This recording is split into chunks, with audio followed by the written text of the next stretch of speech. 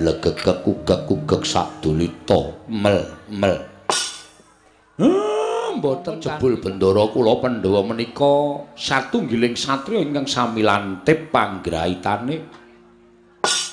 Nadyan dereng kawiyos sing ngatur nembe ginebeng wonten saklebeting manah kemawon. Lah kok tanggap ing sasmita.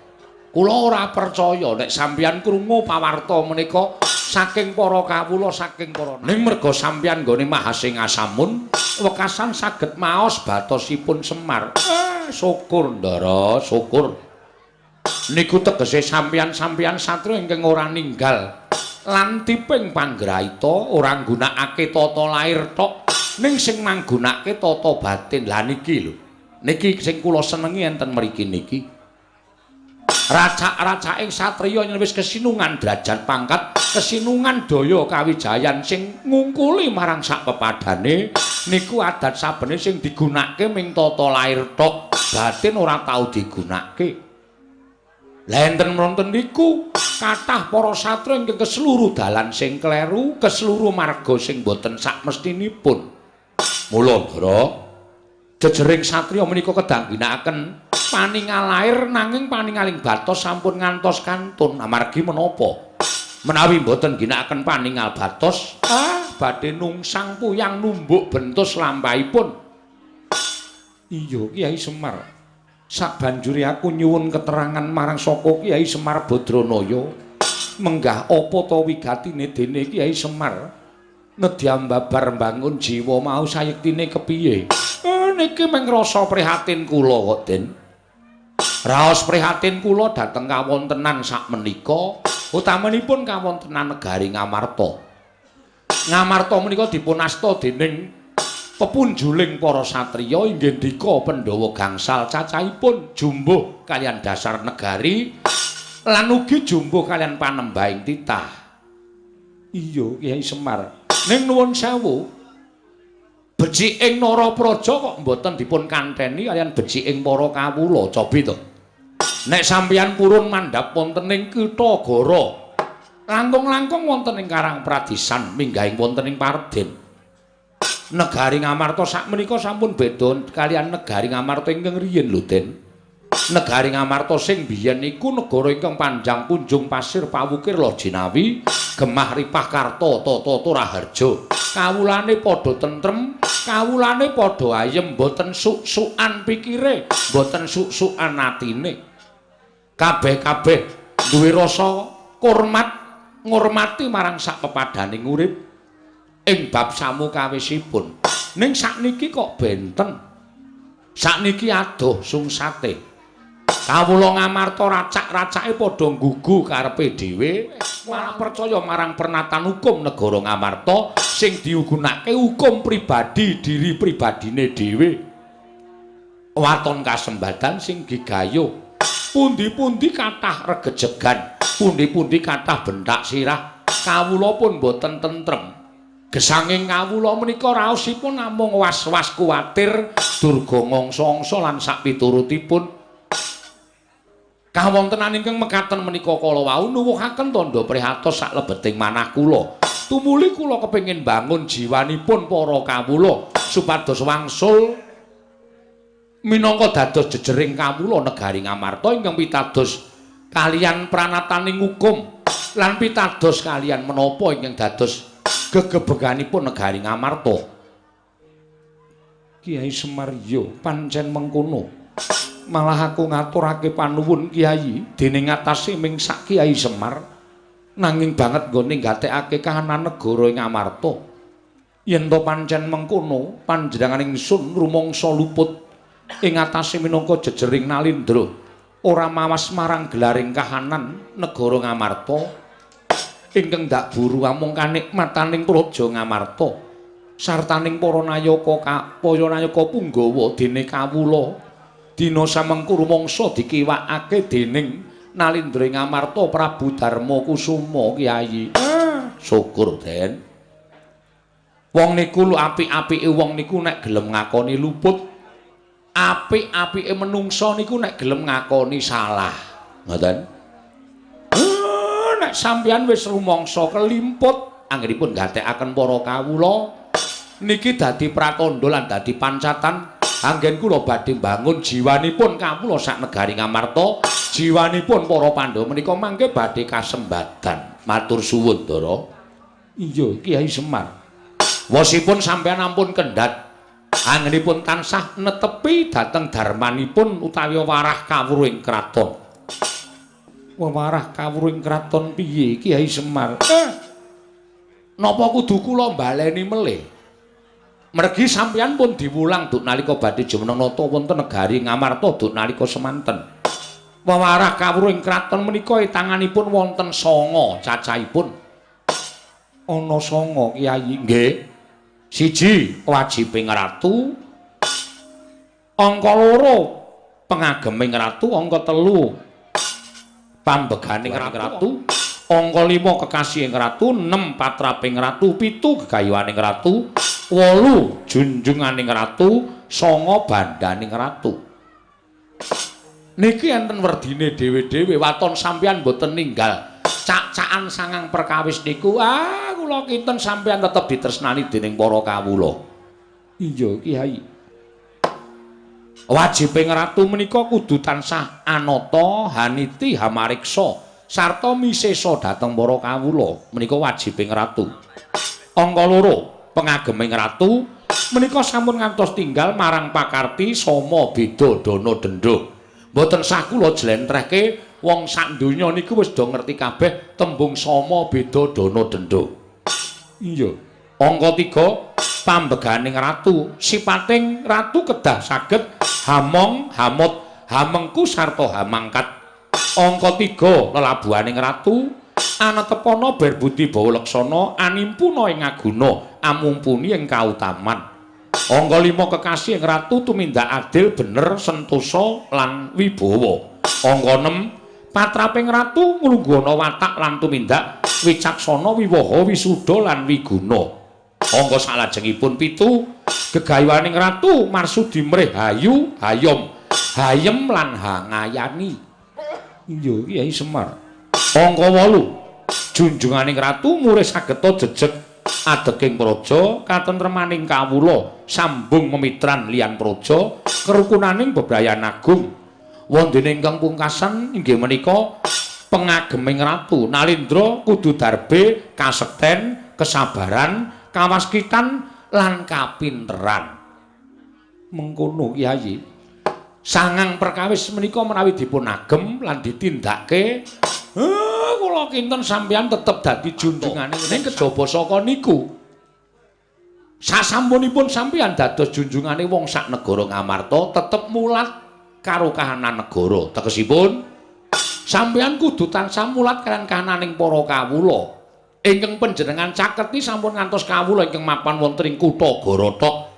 Ning klebu wonten Karang Pradesan, wonten ing Parden Pagunungan. Kedah panjenengan caketi jer menika ugi kawula panjenengan aja mban cindhe mban siladan sing cedhak ratu mangrang sisihke niku mengke dadi srana tetel kapercayaning para kawula. Nek pun tetel kapercayaning para kawula, nuwun sewu lho Den, nuwun sewu. Ampuha dikaya ngapa kekuatan sampeyan ra iso ngalahke kekuataning kawula. Iya, Kyai Semar, aku ngrumangsani. Nggih, syukur nek pun ngrumangsani. Kanthi cara mekaten, monggo sakmenika wiwit dipun dandosi jiwaning para kawula srana sampun ngantos panjenengan ginakake Prabeya, sampun ngantos panjenengan ginakake bondo donya ning rasa niku sing luwih wigati. Rasaning kawula mang caketi. Sing mapan wonten ing Karang Pradesan, sing mapan wonten ing pagunungan mang cedhaki, mang raketi utawa mang dudul penggalihing para kawula. Nek kawula rumangsa dicaketi atine, niku mengke kawula rasa mbok paringi bondo brana picis pun padha sengkut gumregut bangun negara lan mastuti marang pernataning hukum negara ing Amarta. Ning nek sampeyan bola-bali menggunakake brana picis niku ateges sampeyan gunakake cara-cara sing luput. Merga brana picis niku iso ngajeni sawijining wong. Iso, Ndara, saged. Pendak-pendak sampeyan paring brana picis, pendak-pendak sampeyan paring dedana dhateng kawula. kawula saged ngajeni sampeyan ning nuwun sewu sing jeneng bondo niku iso entek. Nek bandane entek sing mangkeki Brana Picis sing ngajeni karo sampeyan wau nyedak mawon mboten. Nyedak mawon mboten. Sampeyan iso ngitung pira cacahe rewang sampeyan, sampeyan iso ngitung pira cacahe rowang sampeyan, mitra sampeyan iku nek sampeyan cilik lati niku lagi iso ditonton pira cacahe kanca sampeyan. Sing tilik karo sing layat. Pun niku tok. Iya. Mengkono Kyai nggih. Mula dadi satriya niku utawa dadi nalendra niku wajibe kudu loro dinggoni kabeh. Loro dinggoni kabeh tegese kepiye? Ditresnani karo diajeni. Nek iso niku dienggo utawa iso digunakake utawa dilakoni. Mergo nek ming diajeni kaya kula crita wau, nek wis entek bondo sampeyan blas ora bakal diajeni. Ning nek ditresnani, niku luwih dhuwur derajate mbangane diajeni. Mergo nek ditresnani niku arepa nuwun sewu.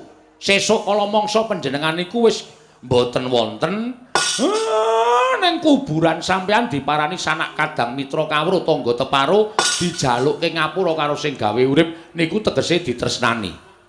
Ngoten? Nek pun ditresnani ngonten niku kepenak uripe ning carane supaya ditresnani niku sing angel. Paling ora kudu totoh rasa, totoh bondo, totoh raga lan sak piturute, aja seneng mutangke budi. Aku labuh karo si A, aku labuh karo si kae. Sesuk muga-muga nek aku kerepotan dilabuhi. Lah niku jenenge sampeyan tumandang ning mutangke budi kanthi ikhlas. Mboten sanduwe pamrih napa-napa. Rungokke, Tru. Kowe senengane nek labuh karo aku mesti ya mutangke budi. Wah, bapak nek do ngene iki kok ya ngendikane bapak iki nek metu petake ya ora kaya Semar. Mula bapak iki diarani Sang Hyang Bathara Ismaya Ngejawantah. Lah iya. Aku seneng ngrungokke bapak nek kojah ngene iki iso temamem ning ati tenan. Ya, Gong. Rak. Kok ora piye to? Aku Semar omong ngene ora tau percaya to.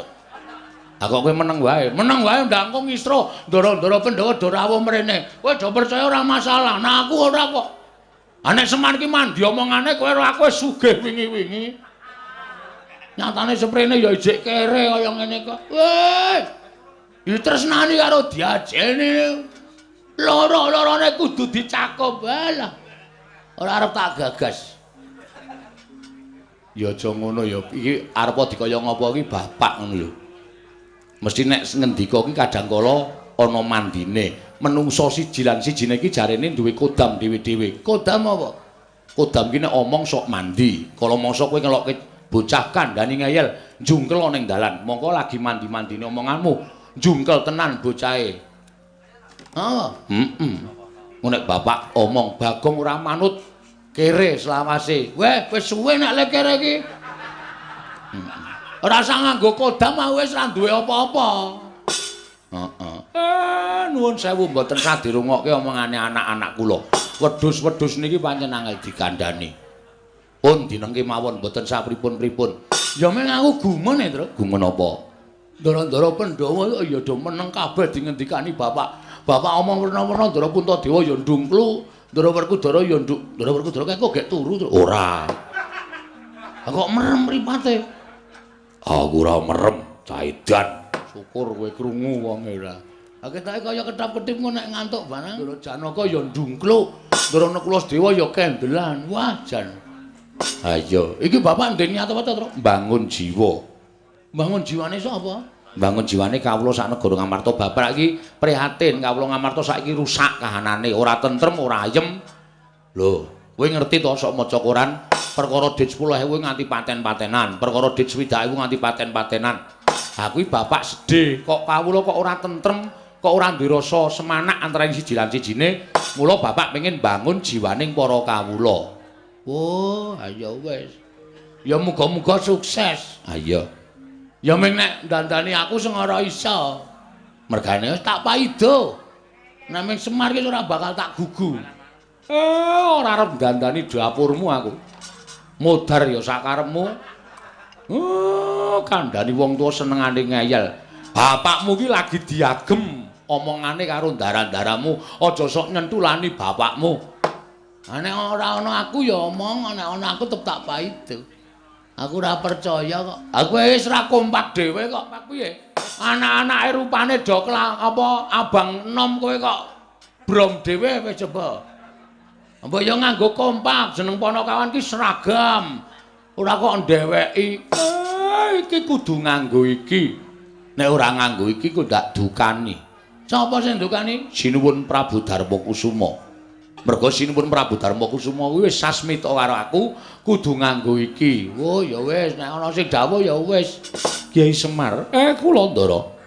Kanthi cara mengkono Puntadewa nyuwun lawan Kyai Nayantaka. Nggih, keparengipun tuntunen laku ning Pandhawa supaya bisa mujudake negara ingkang kaya wingi uni. Kyai Semar, nadyan kudu apa wae ingkang katindakake upamana syarat sranane paringa pangandika kadangku papat ora bakal wegah nggone mbudi. Wah, Semar yo yen pancen Pandhawa bali kaya wingi kudu ana syarat sranane paringa pangandikan.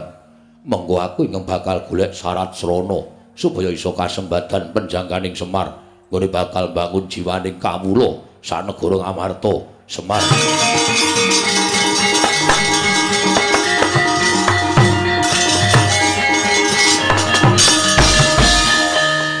Nun sewu penemban kula ajeng nyuwun prisa. Heeh, war takon apa?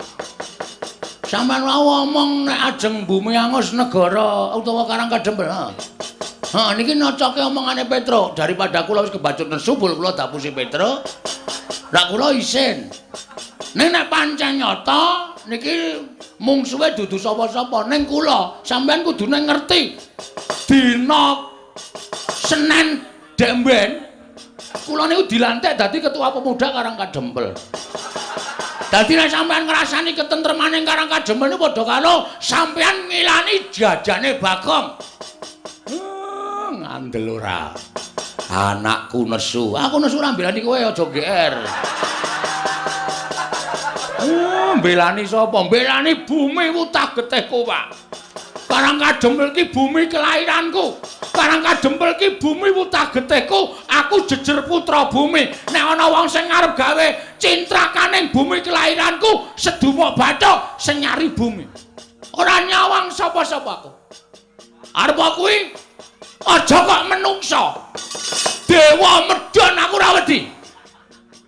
Oh, cangkeme kebablasen kuwi. Wen ana dewa medhun tenan. Wah, aku tratapan ya, Tru. Ora to ya, ora. Ya wis ora dewa wis. Anjur wedi ora. Aja kok menungso, demit aku ora wedi. Wo sidane demit sidane. Ora dewa, nyemelangi enak dewa. Engko nek medhun tenan, Bagong jabut nyawamu. Loh, saiki karepmu piye? Loh, saiki kula manut karo sampean. Nek sampean ajeng boyong Semar, Semar ora gelem niku pribadi perkara sampean karo Semar. Ora masalah. Monggo arep dirembuk cara piye ora masalah. Nek sampean aja nganti ngatutke Karang Kadempel. Ngono. Aja nganti ngatutke Karang Kadempel.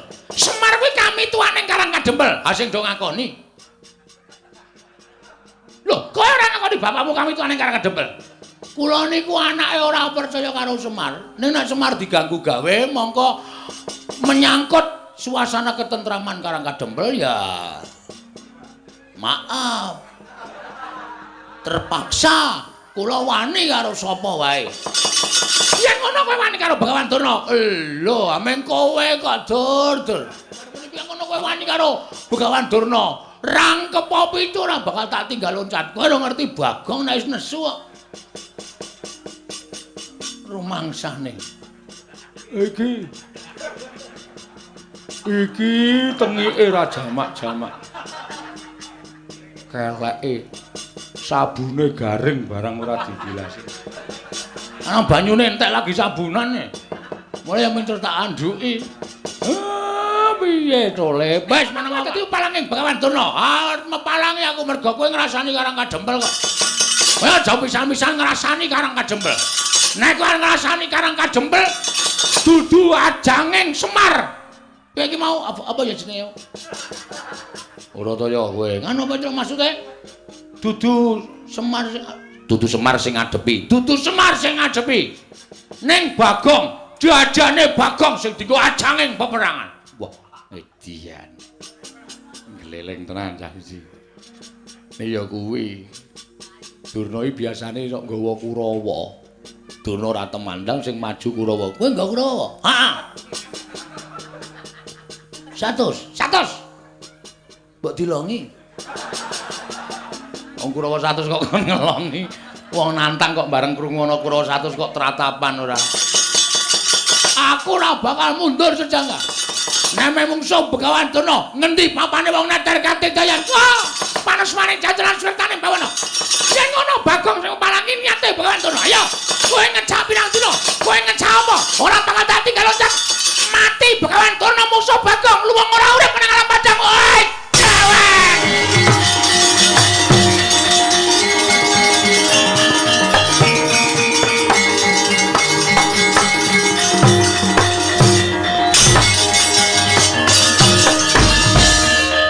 Kowe kancane Durna. Wong ora ngawur kowe iki. Dara kok dunake kancane Durna. Ngeplak aku kowe. Wah, caidan. Kowe ngerti ora? Ora. Kowe lagi arep tak kandhani ora sawangsulan sik. Kowe ngerti ora? Ngerti. Aja wangsulan sik. Oh iya. Ora Kang Sena. Kowe ngerti ora? Napa? Durna kuwi sapa? Durna ya Durna sapa? Engko tak ngomongke Durna kuwi Duryudana ya ora bener. Durna ya Durna, ora ana Durna liyane iki mau ya Durna. Yen kowe ora ngerti tak kandhani. Heeh, piye? Wah, ora basa. Wah, iya lali. Nggih, pripun? Aku anggere nesu ngene iki saka-saka ora tak basani. Kae saka-saka pangan kabeh soalé. Durna kuwi guruku. Lho. Wis lulus durung? Aja edan. Durna kuwi guruku. Yen kowe wani karo Durna, bapakku padha karo saiki ora usah mungsuh Kurawa. Aja mungsuh Durna, mungsuhe Werkudara. Kowe wani nendang Durna, bapakku. Aku sing ora nrimake. Kowe ngapa ta iki? Mudhar kowe. Wis masalah, Gong, asli iki wis. Ha kowe ya kemanen kudune nyawang kiwa tengen sik. Ana sapa, lenggah sapa lagi wani. Aku ora nyawang. Banyu suci Perwitasari, Ndara Werkudara kuwi sing maringi sapa? Begawan Durna sing nuduhke dalane kayugung susu ing angin sing maringi sapa? Begawan Durna. Mula Ndara Werkudara iki nganggep Durna iki bapakne. Ha kok kowe wani karo Durna? Ups. Guayane ups barang. Agi kelingan aku. Nggih nyon ngapunten esmosi. Apa? Esmosi. Esmosi iki apa? Nesu, emosi kula. Oh, trewet banget ya. Gek idune muncrat-muncrat. Nang rayu asondol. Niki mbiyen niki kulino bal-balan soalnya dadi heading. Langsung kontal Durna. Wah. Janaka ya anake Durna iki muridé Durna. Nek nganti Janaka ora trima mungsuhmu dudu Durna. Ning karo Werkudara karo Janaka. Apok ra iso wae kowe plorak-plorok mripate. Kalah cacak menang cacak kok. Terus maklutsu wale maksud lu yen pancen garwane karo Durna mungsuhe dudu sapa-sapa mungsuhe Werkudara. Oke gong sadar gong cerewet menengo wis ben tak niati kabeh niate pancen arep mungsuhi Bagong ora masalah. Nek sampean belani karo Begawan Durna mboten napa-napa dikira kula wedi karo sampean. Wis biyen tekan saiki ora arep wedi Bagong karo Werkudara. Ngerti kaya ngono ta? Blusuk nang kalen biyen ndek cilik kowe. Sing ngomong sapa mbok mikir? Sampeyan niku cilik. Tak totke nang ndi dolan nang ndi tak totke nganti sirah tanggo sikil, sikil tanggo sirah. Manggagas lelabuhane Durna karo Bagong gedhe sapa? Ranake ati. Lho piye kae nesu kok nangis? Kok nangis, Gong? Ngeleh. Oh. Terus semangat le. Oke. Semangat. Rumangsane wadake. Terus sampean tak kandhani nggih. Sampeyan aja ngawur. Sampeyan aja ngawur ngakoni Durna guru sampeyan. Nek sampeyan gelem menggalih kanthi permana jati banyu suci Perwitasari niku sing duduke dudu Durna. Dudu Durna. Kuwi lha iki. Bagong tenanan iki. Dudu Durna, Mas. Ora ro nangis, Gong. Sing tetek. Oh, tenge mak senut. Anggere tanggo bengok mak senut.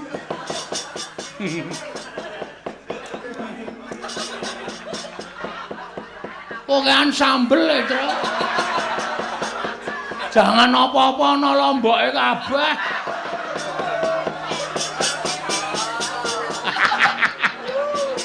Isa-isane kok terus kaya tak cuciki nganti.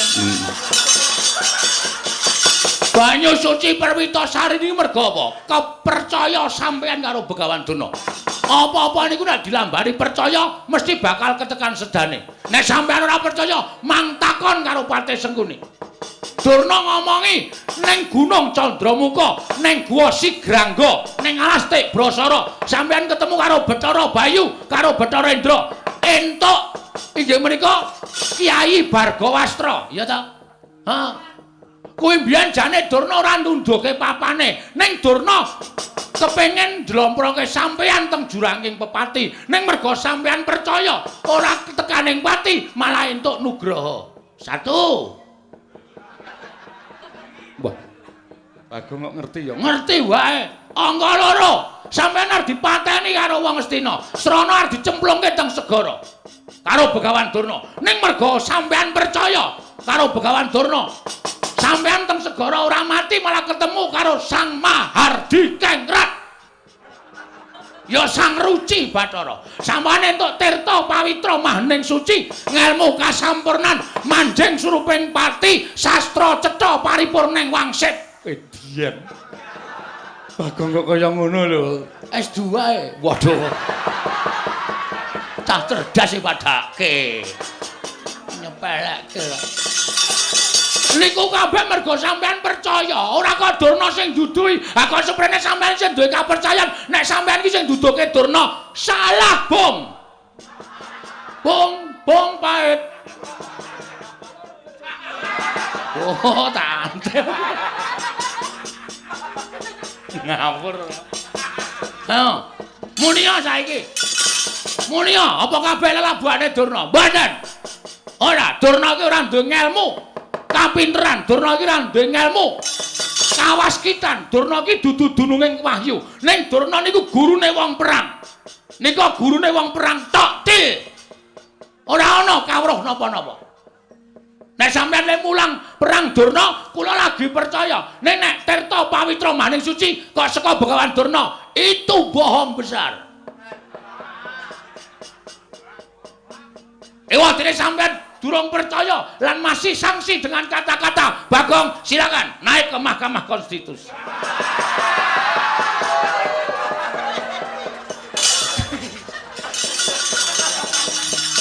Rampung.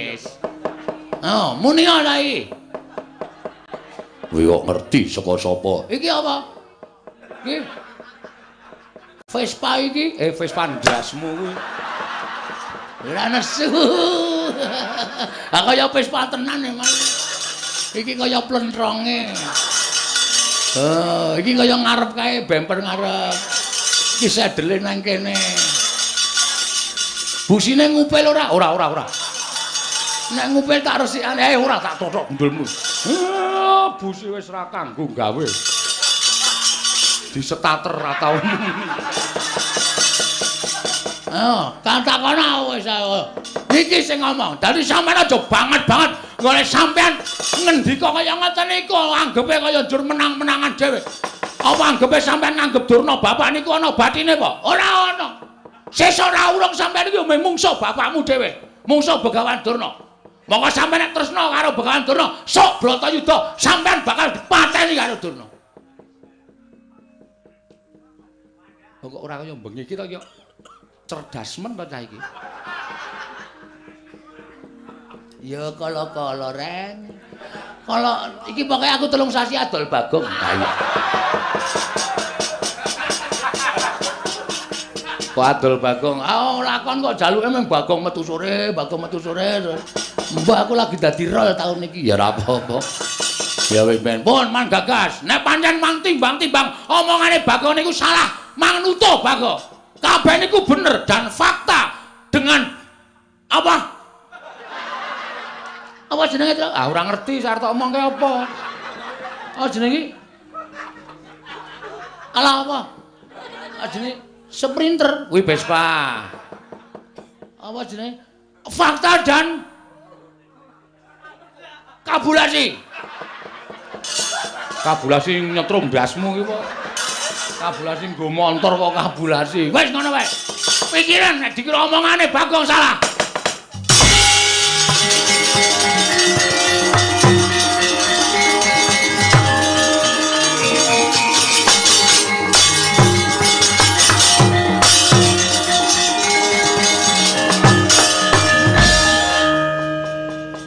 Bagong, Nun, aku sing nyuwunke ngapura Werkudara ya, Bagong.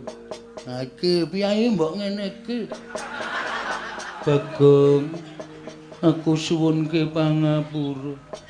Bagong, ayo derekno aku tuku sikat gigi.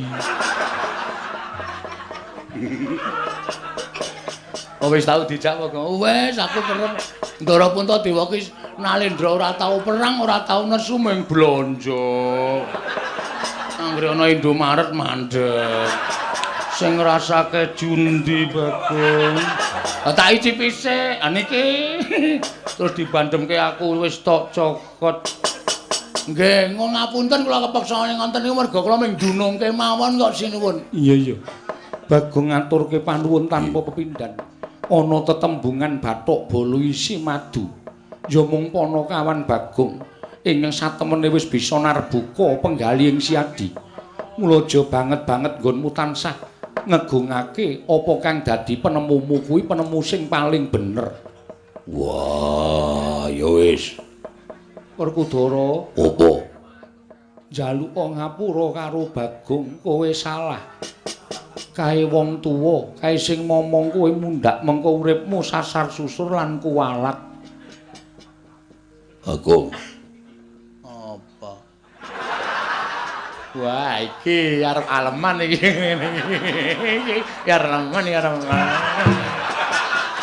Terus main gagar otak. Aku entuk masak sithik kowe iki. Mangsaku kok. Ndara Werkudara iki le nimbali wit tenanan Bagong wis halus ngono ngopo. Arep tak gawe angel kok ya men. Lah ngono ya sak penake dhewe. Bagong. Nun. Jarine mbarep kakangku. Kowe bathuk bolo isi kleru. Aku njaluk ngapura. Sono ora dibaleni. Ora. Ah, ngono kuwi ya. Apa-apa kok njur anggere wani ro Durna Ardiwangi, wani ro Durna Ardiwangi. Durna iki anggepe apamu? Iya. Ngene nganggo pikiran ora waton nesu. Ora kok waton sapenake dhewe apa-apa ki dipetung aku omong ngene iki tuna bathine piye, aku omong ngene tuna bathine piye. Ngono kuwi ora njur dumeng kegongke aku Satria Digdaya sapa-sapa arep tak salahke sapa-sapa arep tak salahke anjur sak kepenake dhewe. Setan ora basa. Aku ora basa kok, ora. Wah ora krasa. Ngapunten nggih, Den. Nggih ngonten niku pokoke intine ngonten niku. Iya. Tiba sepadha-padha. Iya. Aku kelingan kowe mbiyen sok momong aku. Ora mengsok. Sasan pendak dina. Anggere rados wis didodhok lawange. Deng deng deng Bagong. Terke nang kono. Wah sarungan tok. Ya tak tutke to sampean. Sampeyan kelingan mboten? Jaman teng kebon nika. Dolan nang tengah alas nang kebon. Bagong, iki ana jangkrik dikedhuk. Bareng kula kedhuk terus yo matur nuwun. Terus mangke nggih to. Setan wong bareng wis jeglong terus menggo. Wis tau wong wis mantul tenan aku. Asem kok. Akhire ling ngedhoki padase atos banget e. Juluk-juluk bareng jero iki terus dhek mekangkang kae. Matur nuwun. Oh, nakal ora jamak-jamak. Lho ngapura. Kelingan to? Kelingan. Asem ya. Tak eling-eling seprene. Iya. Ah wonten niku labuhan kula. Iya. Bago. Nun, aku njaluk ngapura. Nggih, mboten dados menapa. Iya. No memori ora karo Ndara Janaka kok. Hah? Ana memori ora karo Ndara Janaka? Ora. Kae rak senengane roman ta, Tru. Mbok biyen yange sapa aku ora ngerti. Ketemu yange iki gandeng ning tengah sawah iki do tetenguk ning galengan kae. Mongko galengane kuwi kalen garing. Ndara Janaka ya santai aja cilik mbiyen baguse ora jamak-jamak Ndara Janaka terus ngrangkul terus do jak tenguk-tenguk ning nggon kalen garing kuwi. Gejlike tak buka. Dadi wong do jagongan tak lepi.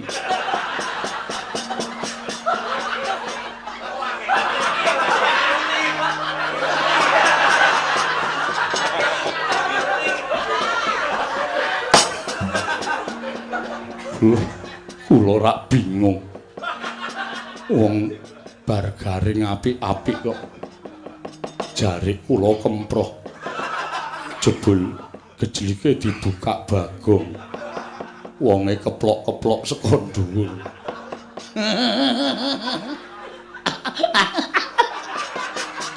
Lek kemekelen wakek-wakek ora. Ngaten mawon, Gus. Iya, piye? Kula nyuwun Gandeng Semar niku sediane apik? Iya. Kula njaluk karo sampean. Apa, Bagong? Kurawa disingkirke. Wah, Werkudara aja selak. Yo, aku sing nyingkirke Kurawa. Ndara Janaka Kurawa singkirke nggih, Den? Iya, Bagong aja kuwatir. Ning kowe aja meneng wae, kowe ya temandang. Oh, siap, Pak. Oke. Petruk Gareng ya temandang iki. Desamu kudu kok gawe tentrem. Nggih, Pak, ngestaken dawuh. Nggih, Pak, ngestaken dawuh. Mengke kula tandangane kali Petruk nek kira-kira ketemper yudane ya Ndara Werkudara Ndara Janaka nggih ngewangi. Yo, aja kuwatir. Iya, aja kuwatir. Nek ngoten niki ben tentrem sik Karang Kadempel. Iya, Kyai Semar sak banjure tasih wonten ingkang kula ajeng-ajeng. Tasih wonten ingkang kula arep-arep. Sapa sing mbok arep-arep lan sapa sing mbok ajeng-ajeng utawa mbok arep-arep praptana ing Karang Kadempel Kyai Semar. Mboten sanes sinuwun Ndarawati kali sinuwun Mandura menapa ta sebabipun kekalih menika mboten saged pisah kalian para Pandhawa. Margi menika tasih turas Mandura. Menika ugi wonten sambung darah kalian para Pandhawa. Mila mangke kula badhe jangkepaken Pandhawa lan sederek-sederekipun sedayanipun menawi sampun jangkep nembe kula wiwiti jinurung kali ndara-ndara kula Pandhawa anggenipun bangun jiwa. Ya to Semar yen to pancen mengkon aku mung kari manut. Ndara Puntadewa monggo kula dherekaken manjing Balewisma sak pejagung Saturnetra kalih kula. Iya ayo tak dherekake Kyai Semar. Ndara Werkudara Ndara Janaka kula nyuwun ketentremaning Karang Kadempel. Yo Semar aja kuwatir. Monggo aku tak kongkonan anak-anakku. Ya Semar aja kuwatir mengko aku tak kongkonan anak-anakku. Petruk Gareng Bagong katentreman Karang Kadempel reksanen. Nggih Pak, ngestaken dawuh. Nggih, ngestaken dawuh. Gong, manut dawuhing Bapak, heeh. Kowe karo aku kudu jaga katentreman Karang Kadempel. Bener. Ora pangling kae Kurawa dampyak-dampyak. Sajake mbelani karo Begawan Durna. Aku wis krasa, Tru. Ning awak dhewe rasa wedi, awak dhewe rasa mundur. Ha. Iki ana sing jagani awake dhewe. Sapa? Ndara Werkudara karo Ndara Janaka. Ning aja ngantek dhewe ora ketok nyambut gawe. Terus pethoke, ngono nek kira-kira Kurawa bondo kalani. men ditandangi Ndara Werkudara karo Ndara Janaka. Yo, reng perang ora reng. Perang wis siap-siap kok ya. Sang Ugaman wis nggawa glati pramuka. Duwene kuwi kaya ayo ora usah wedi karo Kurawa. Ora wir-wiran tas malang-malang diputung. Ayo reng kowe sik tuwa dhisik. Oke. Tok dokok ngarep ya gelem mburi ya gelem aku pokoke.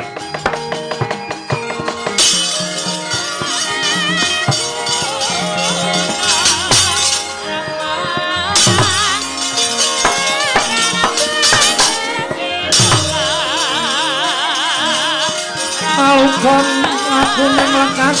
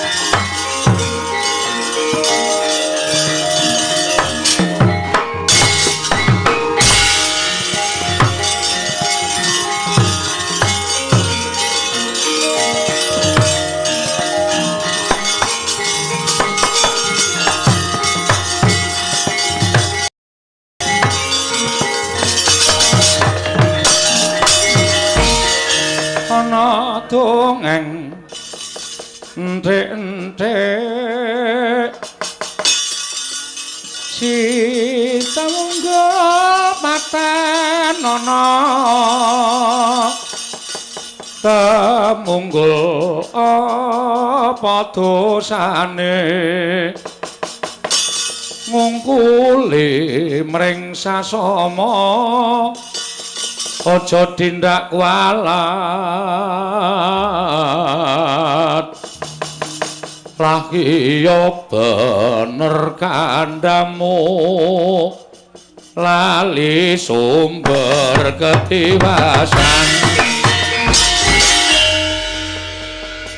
ngagelah kaya ndo mentang kaya gendhewa ora sopan karo piyayi Petruk sampeyan mriki butuh napa belani karo Bapa Durna. Bapa Durna dicamah asmane karo Bagong. Ayo di Bagong. Tak pecahe sirahe. Butuhke aku wae. Gong, aku sik, kowe iki ora usah kesusu to. Aku melu omongan kok. Nek perkara gelute kowe ning aku ya melu kata-kata. Oh iya. Kartomarma. Iya, dasar para nyata. Kowe wani karo Begawan Durna. Wani mergo kelakuane Durna sing ora apik.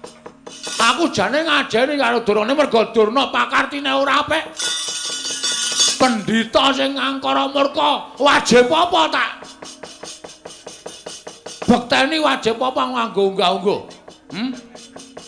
Kowe mbelani Durna apa dianggep anak Semar wedi karo Kurawa? Aja meng kowe mo. Kerubutan sawadya balamu Kurawa kon maju kabeh, kon ngrubut Petruk. Lho kok aku sing arep perang sapa? Aku sik. Aku ki mung nantangke kok. Istilahnya aku MC-ne. Oh. Kowe sing sambutan tuan rumah. Oh iya. Mengko Bagong sing gareng sing apa jenenge? Ular-ular. Oh iya, iya. Dum dhewe-dhewe. Wani karo tamu. Apamu sing tak wedeni? Leno pangendamu. Tak canda tak gletho ndasmu. Tinjung akhirat nyawamu. Minggir kok tak tandangane. Oke, siap lho, Tru? Iya. Kalah awas kowe. Ora. Iki ketentreman Karang Kadempel gumantung kowe aku karo Gareng. Iya. Sikat, Tru. Iya. Maju mriki. Nek sampean kepengin kewirangan.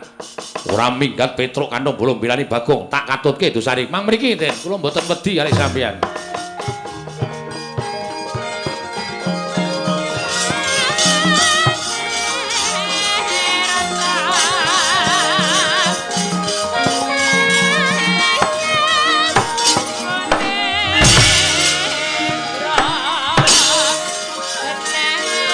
mangmeng kalbu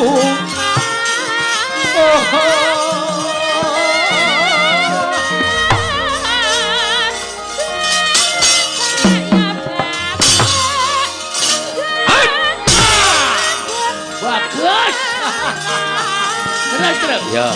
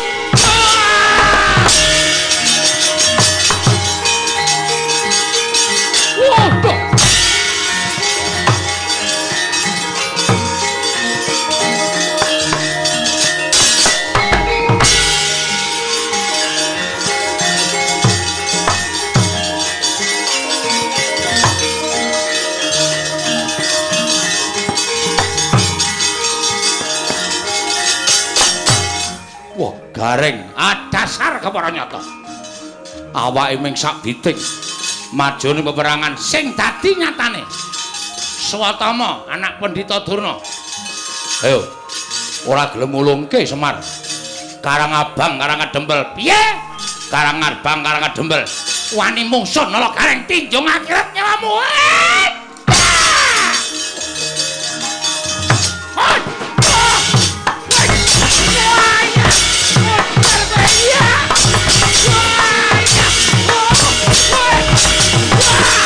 Geleleng ora.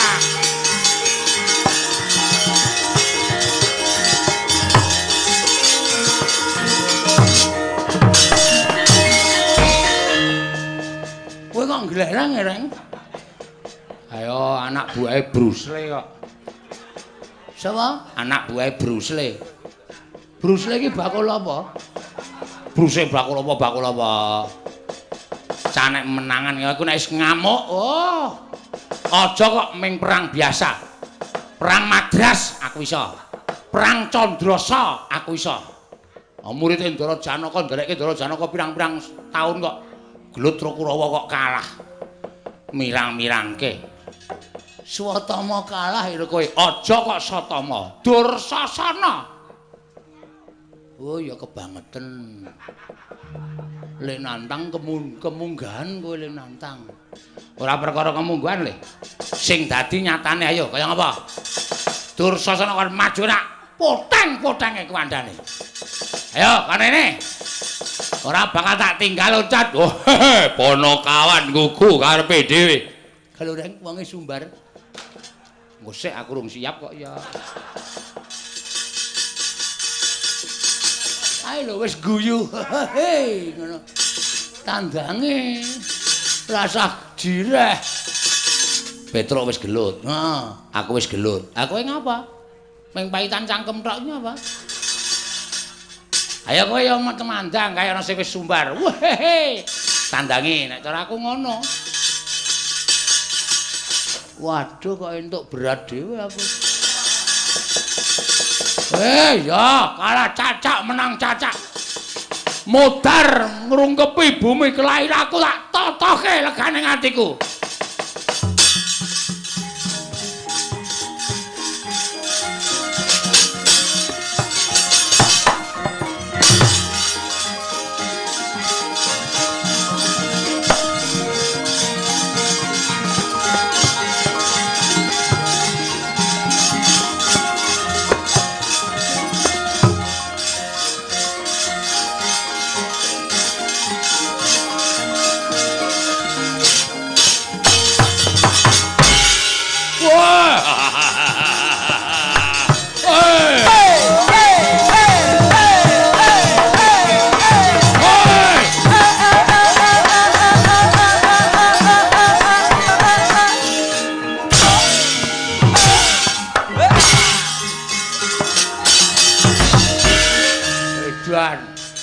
Joget kok ora aturan. Tak kecekelku kok. Kowe joget gleleng. Aku isane joget nguncalke sikil kok. Ora minggat kena cangkemmu modar. Wah, edan mungsuh wong buruk. Mungsuh wong buruk. Dursasana dasar para nyata. Mrene arep ngopo kowe? Nglabrak wong-wong Karang Kadempel. Ora minggat bumi angus Karang Kadempel. Berarti arep ngerusak Karang Kadempel. Dasar para nyata. Sing betengi Bagong. Lho. Ayo sing gagah akeh, sing digdaya akeh. Petruk kon tekan kene. Aku nek mungsuh kowe tak idake modar. Kowe tak gajole ambyar sirahmu. Aku mau musuh wong ringkih kaya kowe. Musuh ya sing gagah-gagah sisan. Musuh ya sing digdaya sisan. Musuh kowe nggo ngopo? Dur, ngopo? Kowe aja sok ngembe karo wong. Aku ki arep kok iki wong digdaya selama dadi Bagong. Aku maling durung tau konangan. Kok kowe ngece karo aku? Kene ra wong limpat ora bakal kelakon to. Sing dadi nyatane. Lho, nyatane piye? Kowe apa aku sing modal nang kene? Wah, iblis larat. Ora minggat pecah sirahmu. Nya, lho. Ngopo kok nya? Lho, kowe ngopo mau muni piye? Pecah sirahmu. Nya. Nya pecah, Guys. Iki 3 tahun tak pecah dhewe ora tau iso pecah. Nya pecah, Guys. Setan ora. Ayo kendeli ngono kuwi disumbari pecah sirahmu kok melayu berarti jireh. Nek sumbari pecah sirahmu dulungke sirahe berarti cah kendel. Pecah sirahmu nya guys. Kowe wani wong ngene iki rong karuan wani nek aku sing muni pecah sirahmu dur, kowe mesti mak tratap ngono. Nek aku ki wong uripe jelek kok. Dadi nggo ngopo aku urip? Urip bendina mung nyaur 2000. Esuk 2000, awan 2000, sore 2000, tekor. Nyo. Edan ora edan serius iki nyo. Ngantem sak pol-polmu nek nganti iso pecah, meguru karo kowe 20 taun aku sumpah nyo. Weh, tenanan mbok. Tenan. Yakin bola bokin. Sumpah. Ora bakal aku gawe-gawe. Nek ya kuwi kowe ngantem aku sirahku ora pecah, gentenan kuwi adil. Gentenan piye? Genti aku njotos sirahmu. Ya ngono kuwi, kendel padha kendel. Mengkari kuat-kuatan sing sirahe empuk ya modar sik. Ya wis. Wela, ngono kuwi ditampa ora penantangku. Wani wae. Wani ya gak ditanya. Ping pira? Manut, aku ki ping pira-pira manut kok. Watone isih kuat aku isih gelem. Nyo. Iya, iya. Kendel tenan kowe. Wedi, nek aku madhep rene wedi, tak mungkur wis nyagene. Nyag wis. Nyobres ngono. Piye toh? Kene ora gelem, kene ora gelem. Maksud lu gimana? Iya, aku ki pangeran pati kok mung karo kere kok kalah kendel. Isin aku. Oh, ambangane aku ndisiki kowe batur, aku disik ana. Nyo, ayo. Ayo. Wedi saka arep mburi kok nyo, ayo. Kuwi ngapa tawa apa ngapa kuwi? Kaya aku iki lho nyo. Lho, mat. Suwe mat. Diantem ya ora apa-apa. Mburi wae nyo. Lho kene iki mat. Lho, ora gelis. Oh, mat yo mat nyo, ayo. Mburi wae nyo, ayo. Ngantem tenan modar tenan. Kaya aku lho nyo. Isa aku ya iya kok nyo. Oh, ayo areng apa? Mburi wae nyo, mburi nyo. Padange cah kendel isih. Oh, iya tenan. Wis ya modar tenan. Yo serius yo. Ayo. Kowe sik aku sik. Manut. Manut. Nya aku sik nyok, sampean pangeran pati tak punjung nya. Nek pecah, Kowe lak domongi kok iki 3 tahun tak pecah kira tau pecah. Nya, nek sampean mecah sirahku sekali tonyo iso pecah, aku mengucapkan matur nuwun. iya. Nya, malah tok entengke patiku nya. Pecah sirahmu. Nya. Kowe iki domongi ngeyel lho, wis to? Lho, wis e. Lho. Wis to? Wis. Lho, kok ora krasa? Wah, lah demit ki. Wah, ngece tenan iki. Wis tak antem kok muli ora krasa. Edan. Wo, celeng tenan. Wah, wis ngantem to. Wis. Meneh ora? Oh, meneh kene. Ya, tak hitungi lho iki wis pisan lho iki tambah meneh pindho. Ya. Engko balese pindho. Ya. Wah, dia-diamu e. Endi sing jebol? Mbok nek ngomong ora ngawur. Lho. Lho kowe mumet ya ora, kaget ya ora. Ayo ngene iki keahlianku. Ayo kene pindho apa tambah? Wis pindho wae. Ayo kene gentenan. Oh, aduh, modar iki. Ya adil, ora kok modar adil. Ya, aduh.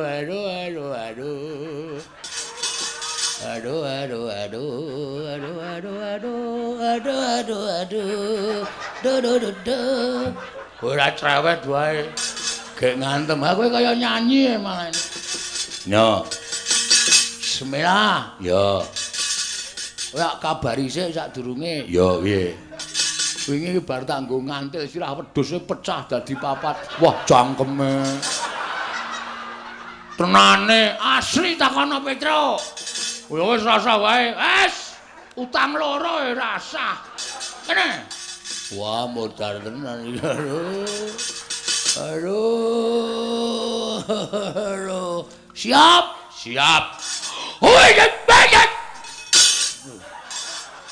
Wis. Akhire mek semono. Wah. Gile, ayo mbok ping 5 kas. Ta. Ya. Mati dening aku. Mati kowe. Kowe guyon kowe. Aku ngantem tenan ya, Dur. Ming kekuatanku ki ming semono kuwi. Ayo kene gentenan. Nya. Nah, Lho. nah. Ping 3 lho kowe. Ya. Kene. Nanti apa jajan? Mbok sing tenanan. Aku iki tenanan ya, Dur, yakin sumpah. Iki lho, sikilku isih. Lho, bledok mlayu rono. Iya. Pisan to lagian? Nya. Madhep mburi. Oke, nya. Waduh. Kurang pisan. Ya, nya. Tok.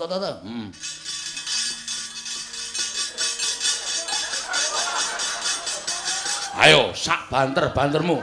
Hop!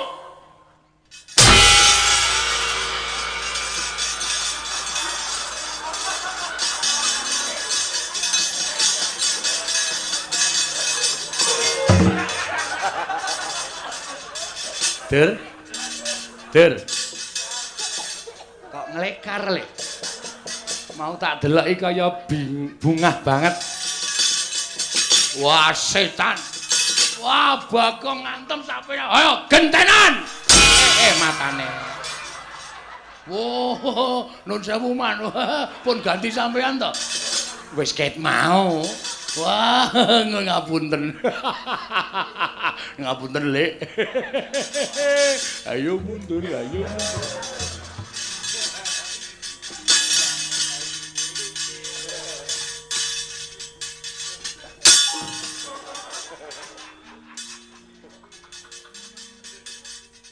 Ngapain kok ngendelik kan?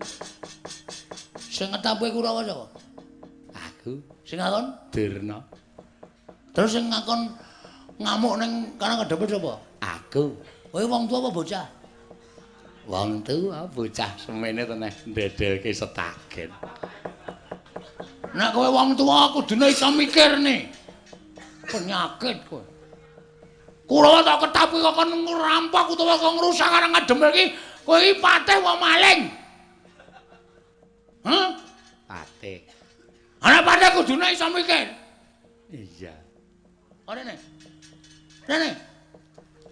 Ora ana bandem watu kowe.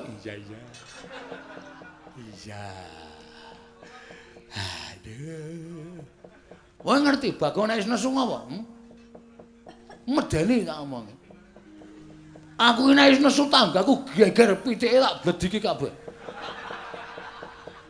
Cek aku mbok udu, Pak bledek kabeh bleh kabeh. Iya. Aku nek ngene iki nek mangan wonge kelakoni ta omongi. Iya aku njaluk ngapura. Aku tak bali rana, aja tak seneni aku kok tratapan. Aku iki lemah jantung lho, Gang. Ora perdu lemah jantung. Arep lemah lempung sak karepmu. Kowe paham ora? Karang kadempel iki ora duwe salah ora diluput nang Goro Ngastina. Durna arep boyong Semar kok wong karang kadempel dikatutke dosane karo piye? Karepmu piye? Iya. Agawa klugu bareng. Arep tak nggo ngapa? Kapok ora kowe? Kapok. Sadar? Sadar. Aku tak rono ya. Tak rono. Kena rono ning ngono syarate. Syarate apa? Kowe nek tak undang Sengkuni ngono le wangsulan dalem Pak Guru, ngono ya. Ora iki aku isin le, Kang. Aku wegah aku. Aku isin nek ngono kuwi gelem ora? Keprok watu apa semaur? Semaur. Ah, ngono. Wiwiti ya. Ayo lungguh ngisor. Nggih. Sengkuni dalem Pak Guru. Kelas piro, Lik? Kelas 3. Ora munggah ping piro? Ping 6. Ngopo kok ora munggah? Nginjen roke Bu Guru. Murid kok nginjen rok? Rok di PP. Oke to apane? Jepitane. Edan ora. Wis kono rono. Nggih.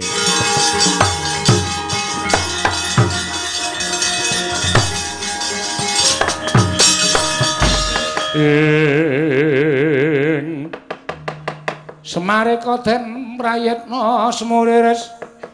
Semuriris eko balik.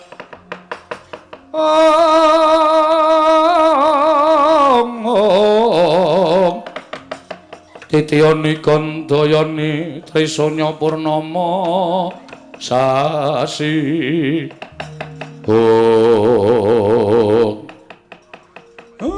Wetro dalem Pak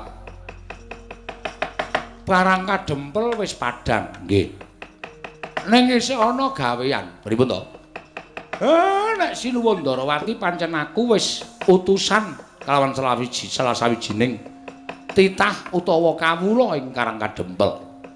Aku mau rak kandha karo Sinuwun Prabu Puntadewa matur yen to kabeh kudu ganep piranganing Pandhawa, aja ming 5. Ning uga ingkang duwe sambung getih kalawan para Pandhawa kudu mlumpuk ning Karang Kadempel. Nggih. Sowana ning Mandura, Sinuwun Mandura aturana tindak mrene. Waduh. Nek duka, Pak. Nek nesu ya ben nesu. Ning sing baku upama panjenengane iki duka supaya tok ganggu penggalihe men ngoyak karo kowe engko tekan kene ana Sinuwun Ndarawati. Oh nggih, ngestaken dawuh. Pamit, Pak. Sing ati-ati aja kaya bocah cilik ponokawan. Jagat Dewa Bathara ya jagat Pangestunggal. Prakuta. Wonten dawuh Sinuwun. Kaget rasamu kowe tak awi nyaket ning Datri Projeng Mandura. Oh, Gunawalan panampi kula sareng tampi timbalanipun Gusti kula ingkang Sinuwun ing Mandura. Tumunten sak mangke kula cemadhung dawuh. Badhe wonten paridamel menapa diweji? Kakang Prakuta, wonten timbalan jroning kedaton Mandura. Isine mung panjenengan ingsun garwaku Yai Dewi Rawati apa dene anakku Wisata lan sira Kakang Patih. Inggih. Mula ora ana ingkang dak caketake bisawane kejaba mung Kakang Patih Praguta kebareng paduka miji dhateng abdipun Praguta. Ngene. Tembang rawat-rawat bener mbok bakul sinambi wara pawarta binangging Karna. Nalika semana panjenengan ingsun entuk kabar saka Yayi Prabu Ndarawati yen to dina samengko para Pandhawa nglumpuk ana ing Karang Kadempel, wigatine bakal nyatakake Kakang Semar Badranaya ngene bakal duwe gawe ya kuwi mbangun jiwa. Wontene ukara mbangun jiwa mau wigatine kepiye lan perlune apa? Panjenengan ingsun durung bisa ndungkap. Dumune Yai Prabu Ndarawati nganti kelawan pun Kakang supaya prapta ana ing Karang Kadempel. Ewadina ingga sepriki jeneng ingsun durung jengkar saka kedaton ing Mandura. Lah, menika malah panjenengan menika aneh. Lho, aneh piye? Menawi panjenengan menika badhe priksa menapa ta wigatosipun Kyai Semar anggenipun badhe gadah damel bangun jiwa menika mlampah inggih sampun ngantos nyuwun priksa dhateng Kakang abdipun Praguta ning panjenengan menika rawuh wonten ing Karang Kadempel lho. Menawi panjenengan sampun dumugi wonten ing mriku tumunten sak mangke badhe mangertos menapa ta wigatosipun Kyai Semar badhe gadah damel bangun jiwa. Lah menawi panjenengan menika ndangu dhateng abdipun Praguta, lah kula niku mboten ngertos. Wong kula ngertos menawi Semar badhe gadah damel bangun jiwa meniki saking paduka Gusti kula Sanata nembe kemawon menika lho. Lho lah ya kuwi. Ya mung rasaku ora kepenak. Adiku ora jenak liripun lho Gusti ing atase panjenengan ingsun kuwi Nalendra sak jagat pramudita ingkang sinebut Hyang Agung ki mung siji Nata Mandura Prabu Baladewa. Lah kok dadi aku kudu ketayanan prapta ning Karang Kadempel. Monggo Semar kuwi derajate ngaceplik, Semar kuwi mung Panakawan. Ingkang mestine yen to Semar bakal duwe gawe kuwi nyuwuni dipalilah marang Hyang Agung Baladewa rawuh utawa prapta ning negara Mandura. Terus nyara widekake apa wigatine ora kok piyayi luhur padha diaturi rawuh ana ing Karang Kadempel. Terus aku tak takon karo kowe, Semar ki derajate apa? Lah menika panjenengan menika senengane ngendhak gunaning jalma. Ngendhak gunaning sak padha-padha menika mboten sae. Nuwun pangapunten lho Diwaji. Mboten kula badhe tutur-tutur dhateng panjenengan menika mboten. Namung estunipun tiyang sak jagat menika sampun sami prisa sedaya. Semar menika tata lair panci namung abdi nanging batos menika dewa ngejawantah. Jobita kula aturi menggalih. Pandhawa menika dipun mong dening Semar Badranaya nyatanipun sak mangke Pandhawa menika dados tiyang kalugeng erat Jayeng Bawana sinten ingkang boten tepang kaliyan para Pandhawa. Menawi tiang-tiang Karang Pradisan menika padha sami kedanan kaliyan para Pandhawa, anggenipun Pandhawa nika tansah raket kaliyan kawula alit. Menawi sesamining Nalindra sami tresna kaliyan para Pandhawa menika sebab Pandhawa menika tansah ngatosaken dhateng kawontenanipun negari liyan. Sampun malih wujuding titah swantah nadyan sato kewan kemawon. Sedaya menika tresna kaliyan para Pandhawa. Cobi kula aturi menggalih. Pandhawa mapan wonten ing wana boten kasangsaya dening sato kewan galak. Pandhawa mapan wonten ing Karang Pradisan tansah kathah ingkang kepengin ngampiraken lan Pandhawa supados dedunung wonten ing gubukipun. Menika teges Pandhawa menika dimbong dening Kyai Semar menika dados mustikaning jagat, mantasaning titah, unusaning jalma. Lah kok panjenengan ngendikake Semar kuwi apa lho mangkene piye nampun kados mekaten. Ana tetembungan Giri Lusi jalma tan kena kinira. Giri menika gunung Lusi menika cacing kala mangsane cacing menika saged dumugi pucuking gunung. Lah mila tiyang gesang wonten ing alam padang nika aja sok ngembe blegere ala ning janjane menika nika ya iso duwe pethingan dhewe-dhewe menika saged prasa dadak mejang mulang karo aku. Wose Baladewa ora bakal prapta ning Karang Kadempel. Nadyan Jaya Prabu Ndarawati, kadang-kadangku para Pandhawa wis prapta ning Karang Kadempel, nanging aku ora bakal tekan Karang Kadempel. Mbuh, apa sing dikarepake dening Semar Badranaya kuwi dudu perkaraning Baladewa. Kuwi dudu perkaraning Baladewa. Aku gelem nampa pangandikaning Semar, ning Semar sowan ana negara Mandura. Merga derajate Baladewa kuwi yang ditandhing karo Semar isih dhuwur derajate Baladewa Pragoto.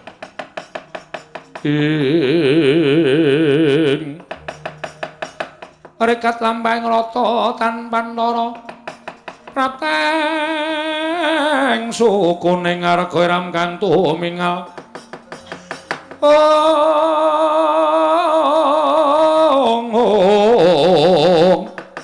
Iram kang tumingal dendeng saengga praja.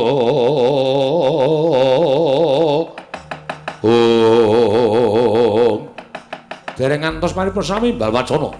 Kasaruswanipun kula Petruk kantong bola ingkang dumrojok tanpa apan ngatos kagiat kang samya mulat.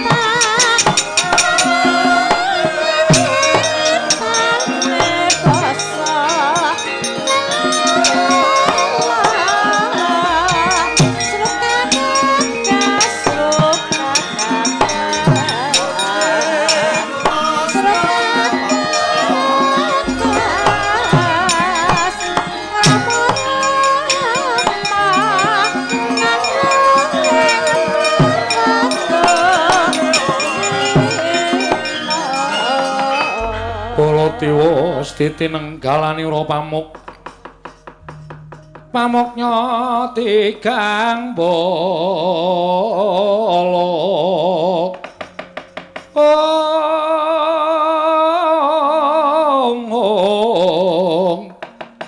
Ngelingono Sang Hyang Budhawaka. Lho, iki ora pangling kaya Petruk. Nggih sinuwun kula ingkang sowan. Bekti kula kunjuk nggih sinuwun. Ya, Petruk tak tampa ralat pangestuku tamanono. Nggih, sangat anggen kawula ndadosaken jimat. Sumangga pangabodran damar sasi praptapun negara Mandura. Petruk gage matura. Purwa madiran wusanane wigatine apa? Matur tiyang agung. Ya. Kula dipun utus dening Bapak Semar gandeng samangke para Pandhawa menika sampun rawuh wonten ing Karang Kadempel nengga rawuhipun Sri Nata Agung ing Ndarawati. Inggih menika sinuwun Prabu Sri Bathara Kresna. Lah Bapak Semar paring dawuh kaliyan Petruk, Petruk, aku nyuwun sinuwun Mandura aturana rawuh ning Karang Kadempel. Merga aku mbutuhake Pandhawa 5 lan kang isih ana sambung rapete kalawan para Pandhawa. 1 Ratu Ndarawati, 2 Nalindra Mandura. Mila sowan kula sanipun Sunan Prabu Tiyang Agung Baladewa menika wonten sukaliraning penggalih dinten sakmangke sareng sak lampah kula. Tedhak wonten ing Karangkadempel samangke mangayu bagya Kyai Semar bapak kula ngenipun badhe gadah damel mbangun jiwa. Mriki sak menika diweji cekap semanten atur kula mugi parangka enggalih paring dawuh. Samangke kersa sareng kalian lampah kula menapa sinuwun Prabu Mandura badhe nitih Kyai Puspadenta piyambak rawuh wonten ing Karangkadempel. Mekaten atur kula sinuwun.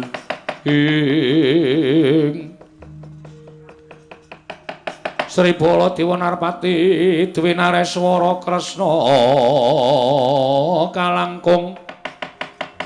kalangkung tresnanira marang Dyabanon Cinawi. Petro dalem sadurunge aku prapta nang Karangkadempel saiki aku tak takon karo kowe gage wangsul ngopi takon kanthi pertitis nggih. Janjane niate bapakmu ki piye? Niate bapakmu ki piye? Kok kepengin bangun jiwa kuwi jane sar dibangun jiwane sapa? Yen ana keterangan ingkang gemathok, yen ana keterangan ingkang terwaca, tak tampa aku bakal prapta ning Karangkadempel. Nanging yen ora ana keterangan iki mbok aturake marang Nata Mandura. Taunana Windanana aku ora bakal tekan Karangkadempel. Nuwun sewu nek perkara nika kula mboten ngertos. Ajeng bangun jiwa niku jiwane sapa? Napa ajeng bangun jiwa Suraya kuwi ora ngerti. Niku ora dong.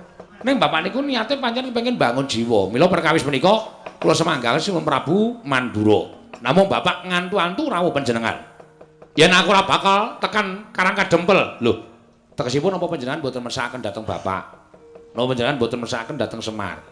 Sing diantu-antu Sinuwun Prabu Mandura, Sinuwun Kresna niku dalam perjalanan OTW. Ngoten. Mangke nek Sinuwun Prabu Mandura menika rawuh mriku, Sinuwun Prabu Ndrawati rawuh mriku niku gampil menggerak panjenengan priksa piyambak. Meniku panjenengan priksa piyambak niate bapak napa kok pengen bangun jiwa ni janjane mengke ajeng diterangke karo bapak dhewe ngoten lho. Mula Kang Soko kuwi wis tak tetepake iki mau aku lagi matur karo utawa aku lagi paring pangandikan karo Praguta. Nggih. Yen bapakmu ora meneh keterangan ingkang gumathok, aku ora bakal tekan Karangkadempel. Oh nggih mboten napa-napa, mboten napa-napa. Nek ngoten panjenengan sampun balak napa sing didhawuhke bapak. Mboten napa-napa. Kula ya ora arep meksa. Wong gunane apa kula meksa panjenengan nek ora gelem kok dipaksa. Ibarate kaya wong undang-undang genduren kula niki. Nek sampean gelem rawuh ya matur nuwun, ora ya ora apa-apa, ora mengaruhi apa-apa. Ngoten. Nek pancen mboten nggih mboten dados menapa. Ning mengke kula tak matur bapak. Dasar ana alasane Sinuwun Prabu Mandura mboten kersa rawuh wonten Karangkadempel niku perkarane napa kula tak matur bapak. Ngoten. Dipun cekapi semanten mawon. Kula nyuwun pamit tambahi pangestu. Kula tak wangsul teng Karangkadempel. Ngoten. Kula tak wangsul tak matur karo bapak nek Sinuwun Mandura mboten kersa rawuh teng Karangkadempel. Baliya dina iki kowe truk. Oh nggih, matur nuwun nyuwun pamit sinuwun. Sing ati-ati aja kaya bocah cilik.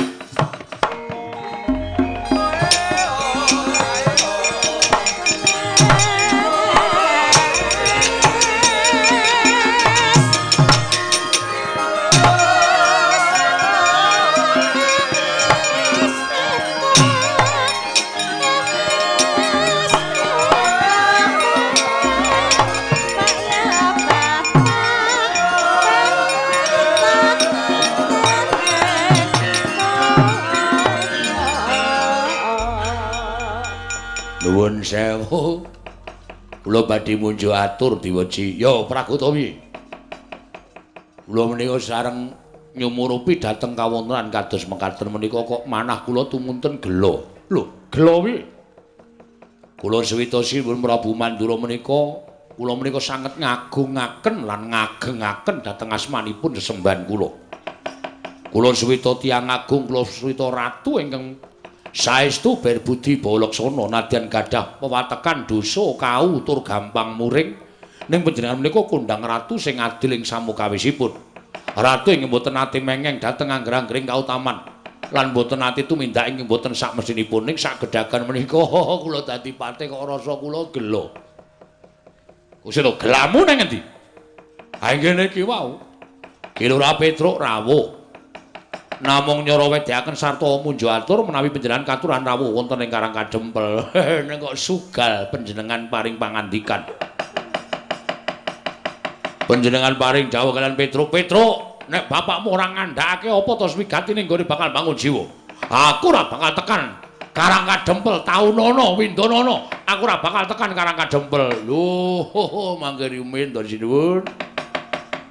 Nuwun sewu panjenengan iki sajae kaya ngembe banget karo Semar Badranaya, luwe-luwe karo Petruk. Petruk niku nuwun sewu, mbok panjenengan nggih kemutan nduk nalika wonten kraman. Inggih menika Raden Basuwara Kangsa. Petruk wonten ing Widara Kandhang menika nggih tumut momong jengandika. Semar wonten Widara Kandhang menika nggih tumut momong jengandika. Lah kok panjenengan lajeng gadhahi pambekan ing kados mekaten menika. Nuwun sewu. Petruk mundur kanthi lega. Nuwun sewu pasuryanipun utawa praupane Petruk menika mboten kaya kuciwa, mboten kaya gelo ning ati mesti rada cuwa. Merga Petruk mangendikani sing kaya ngoten Dewaji, mbok ampun kados mekaten to sinuwun. Monggo to dinten samangke kula dherekaken supados panjenengan prapta utawi rawuh wonten ing Karangkadempel. Samangke supados nekseni kemawon niku abote sepira to? Nekseni niku abote sepira, Cobi? Nek ditanding karo Panakawan ngene momong sampeyan teng Widara Kandhang sikil dienggo sirah-sirah dienggo sikil. Saniki diaturi rawuh wonten Karangkadempel. Mongko sing nyuwun panjenengan rawuh teng Karangkadempel niku Semar. Lah kok panjenengan anggenipun paring dawuh kados mekaten menika, wah, lah kok ngilang-ilangke lho dadi tiyang agung Baladewa lho ya.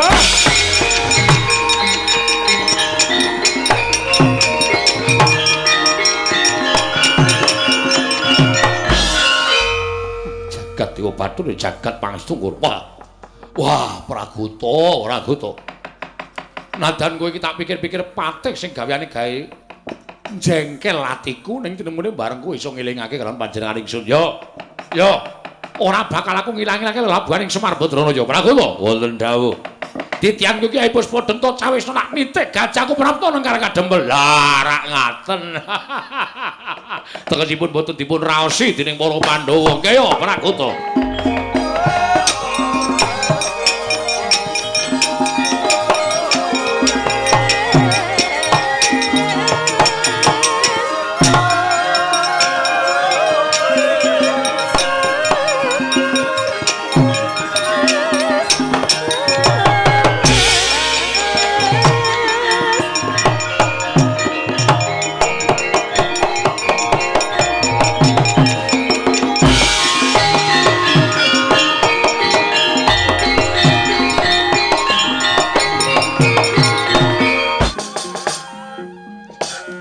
Kakang Semar nganti ndak gelak lakuning Natandrawati prapting Karangkadempel. Ing cipta ora ana kejobamu kepengin nyadong timbalaning Kakang Nayantaka. Yo, Semar. Aku uga prapta ning Karangkadempel. Petruk ing suwana negara Mandura tumuli nganti kawon panjenengan ingsun prapta ning Karangkadempel. Sejatine niatmu kepiye? Nuwun sewu sinuwun. Syukur dene sampun sami kepareng rawuh wonten ing Karangkadempel. Amargi niat kula menika mboten kok namung bangun jiwanipun para kawula sak negari Ngamarta. Ing nuwun sewu mboten nama kula kuma lancang. Ning sing jeneng wong tuwa kaya kula niku wajib tutur-tutur karo sing enom. Monggo Pandhawa niku momongan kula. Kula niku tukang momong kaya dene wong ngangon sapi.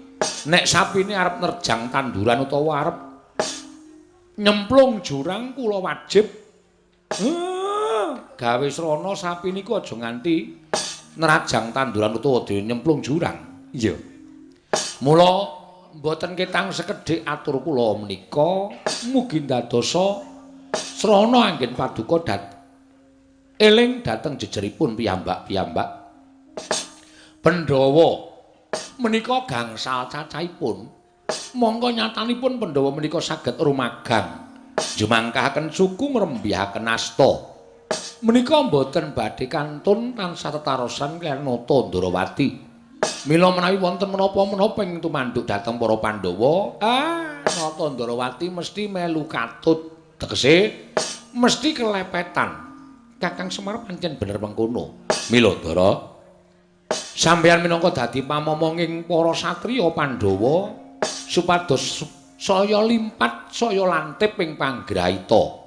Nek Pandhawa nedengipun supe dhateng kawontenan nggih panjenengan ngelingke nek Pandhawa nedeng ajeng menggok ya panjenengan sing wajib benerke. Mengkono Kakang nggih. Ampun ngantos dumeh Pandhawa sakniki wis apik, dumeh Pandhawa sakniki wis becik, terus ora perlu diulatake. Ngibarate saya dhuwur uwite saya gedhe angine. Mila rubeda ing tumanduk dhateng para Pandhawa menika saya gedhe. Hah. Pandhawa menika mangres agung kawula dasi negari Ngamarta. Kakang Semar bener mengkono. Nek nganti ana alaning Pandhawa, kawula ya ngrasake luwih-luwih Pandhawa menika sinudarsana dening para kawula.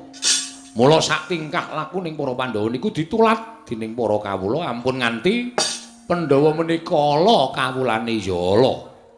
Mula sampeyan ingkang wajib ngemutaken wondene sinuwun Prabu Mandura. Napa to sababe kula kepengin panjenengan ugi rawuh mergi mboten kula niki ndhisiki dhateng panguwasaning Gusti, ndhisiki dhateng kodrating dewa mboten. Arepa sampeyan niku duwe kewajiban mranata negara Ngastina ning sesuk kala mangsane sampeyan yo duwe kewajiban. Dene kewajiban sampeyan ora tak aturke sakniki mengke ndak kula nampa pidana saka dewa. Kewajiban sampeyan benjang mboten sanes ugi badhe mranata dhateng sawijining praja. Monggo sing panjenengan tata, sing panjenengan ulataken, panjenengan anyalira nata Ndarawati niku sesuk isih pinten-pinten puluh taun suwene wadene sak mangke kedah kula emutaken. Mengkono Kakang Semar nggih.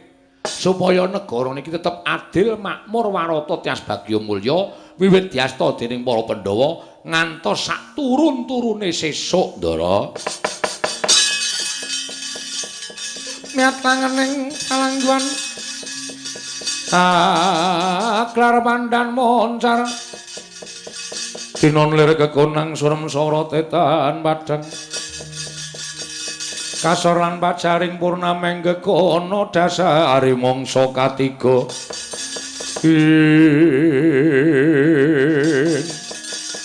dereng ngantos paripurna mbal wacana ingkang setumyup saking dirganteng kiwah pikulun Jatimurti akarya kagiat Lurah Semar Badranaya wae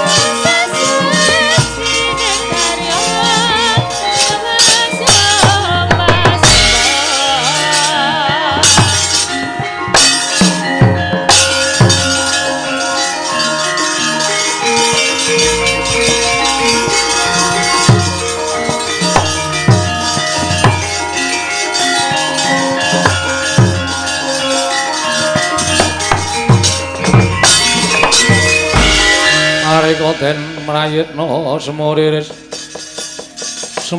eka balik titiyani gandayani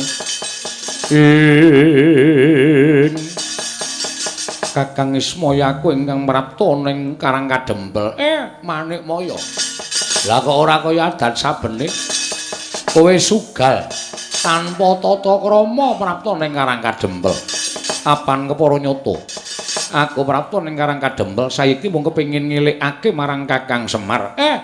Ngelekke sing kepiye? Kakang Ismaya pundhaten semene nggone darbe niat mbangun jiwa. Apa to tegese mbangun jiwa lamun panjenengan ulun ingkang merdekake kita bakal ngingerke blating panembah. Aja ngawu gawar ngawur kowe. Aku ora duwe niat ngingerke blating panembah. Buktine kabeh kawula sakarang kadempel Nalindra Ngamarta Ndarawati lan Mandura. Mbok dawuh supaya prapta ning Karang Kadempel supaya kabeh padha percaya marang Semar Badranaya. Kabeh padha percaya marang Semar, Kakang Ismaya satemah kabeh padha lirwa marang kiblating panembahing Bathara Guru. Guru kok sik to? Kowe iki nek ndek pangkat, kowe iki nek nggih derajat aja kebangetan. Kowe lali karo jejermu.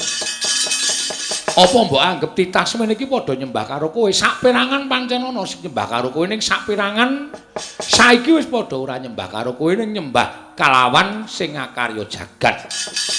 Ya kalawan Gusti Ingkang Maha Suci. Kuwi kabeh ora luput, kuwi kabeh bener. Merga kapracayan kuwi merdika. Dadi aja mbok peksa. Aja mbok peksa kudu nyembah marang Bathara Guru. Ki Kakang Ismaya. Ing aja-ajai para titah. Ing aja-ajai para kawula kabeh padha ninggal marang panembahing Bathara Guru. Kowe aja ngawu gawar-ngawur. Kowe iki anggere aku duwe gawe kowe mesti golek-golek kesalahane Semar, golek-golek keluputaning Ismaya. Kowe iki mesti ngono kuwi lho Bathara Guru. Apa mbok anggap aku ora ngerti? Kowe golek-golek keluputaning Semar ki ora kok saka karepmu dhewe. Nek jane karepmu iso didandani. Ning merga nggonmu tansah keblithuk marang Betari Durga ya permoni. Wekasan kowe dewa sing apik iso digawe ala, dewa sing bener iso digawe luput. Iya apa ora?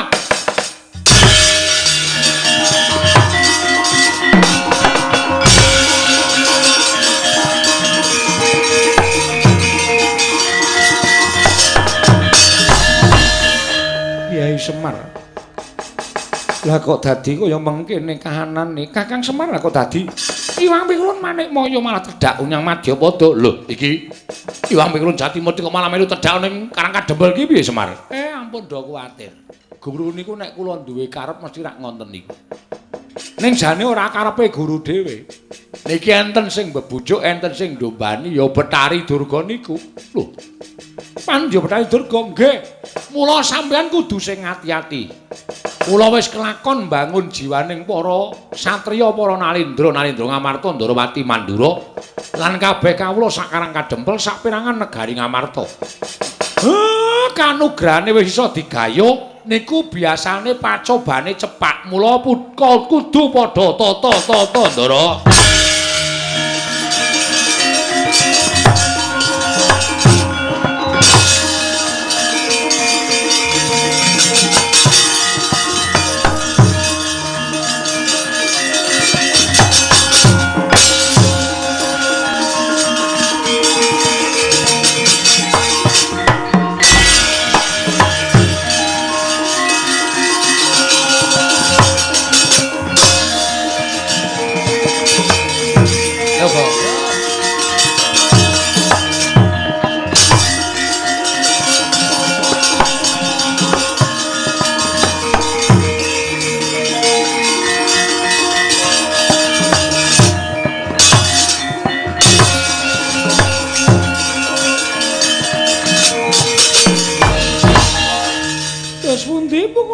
Madung dawuh Durga kula wonten timbalan kanyatan niatku kawanguran dening Kyai Semar najan semene tak olak-alik keluputaning Kyai Semar mboyaana niat bangun jiwa uga becik nanging gandeng ulun tinangisan dening Betari Durga wekasan aku kudu tumindak ingkang ora prayoga goleki keluputaning Kyai Semar nanging ora bisa ketemu malah wis kadenangan yen to niate Manik Maya mau merga saka pamothaing Betari Durga mangsa borong permoni ketapna wadyabala berkasaan jim setan mriprayangan supaya ngganggu adeking Kyai Semar aku ora kewagang nandhiki Kakang Ismaya aku tak bali marang kayiwangan Pandya Betari Durga.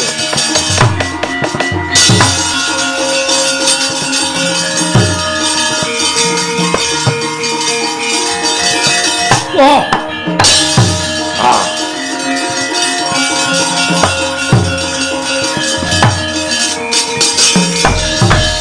Jaramaya wonten dawuh. pindho gawe ndadak sambat tekan Kayiwangan. Tinemune Wang Kulon Bathara Guru ora bisa ngalahke marang Kyai Semar Badranaya. Lan ora bisa ngluputake marang Kyai Semar. Merga gegayane Kyai Semar nggo dibangun jiwa kuwi apan wis bener lan ora ana keluputane. Nggih. Ning gandeng kabeh baju barat padha ngelih lan butuh pangan. Pandhawa Sukerta ning Karang Kadempel. Semar Badranaya ya ning Karang Kadempel. Ampyaken wae laladan Karang Kadempel gawean geger Karang Kadempel ya Jaramaya. Inggih sendika ngestaken dawuh.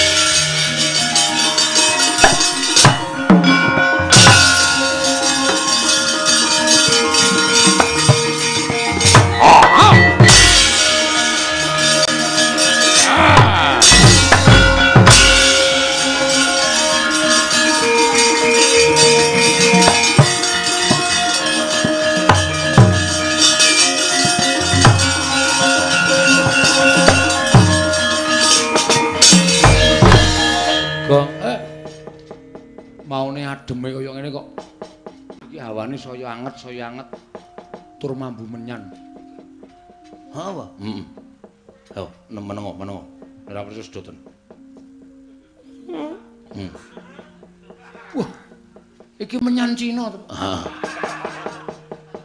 Wapure ora. Kowe kentut to? Hoe ora. Iki bener ngendikane bapak. Godane mesti teko. Iki nek ora dhewe ngati-ati ngrekoso malah nggugu karepe dhewe malah cilaka engko. Ha iya mula ora usah dadak ngalamun to. Ya. Nek nganti ngalamun kowe mengko Kang Slupan Demit Betari Durga balane pirang-pirang do ngramyang. Ah iya. Mula ta ngapa nulis apa ta apa. Cangkeme iki diobahke. Mangan apa to nek ora ana Pak dus-dus ya dimangan ya ora masalah. Men supaya cangkeme iki obah, nek nganti ora obah ndak dangslupi apa-apa malah cilaka kowe. Kowe barang ya kudu meneng wae, Gong. Kowe aja nganti ilustrasine telat. Kae caper kok, Truk. Perhatian. Aduh. Truk. Aduh. Ndasku buyar banget. Lah ngopo? Buyar wae. Wis, Truk. Siraku buyar lan yakin sumpah. Buyar tenan siraku, Truk. Hoi!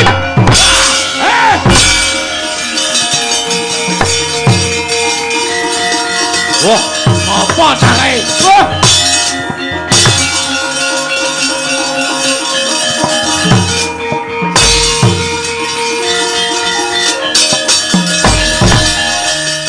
Den, ketiwasan to, Ro? Piye, Petro? Bener ngendikane Bapak. Nek Karang Kadempel ajeng wonten godha sing gedhe. Lah ning mau Bagong ora ana apa-apa kok terus sambat sirahku met, Sirahku met. Bar niku terus ngantem kula sakayange.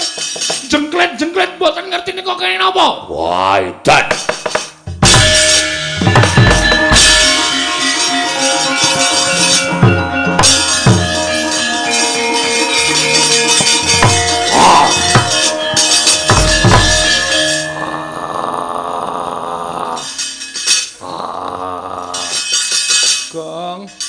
Gong eling le. Eling ya, Nak. Elinga Cah Bagus. Iki Masmu. Iki Masmu Petruk, Gong. Iki kaya ngatri mripate putih kabeh. Pripun, Ndara? Wah, weneng sing ngangslupi Bagong. Wah.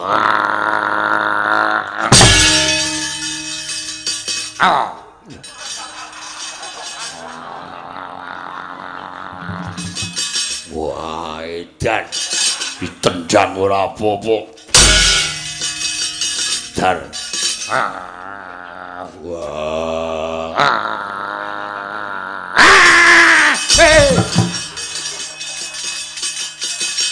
Setan kok. Kowe nglangsupi adikku Bagong iki karepmu piye kowe?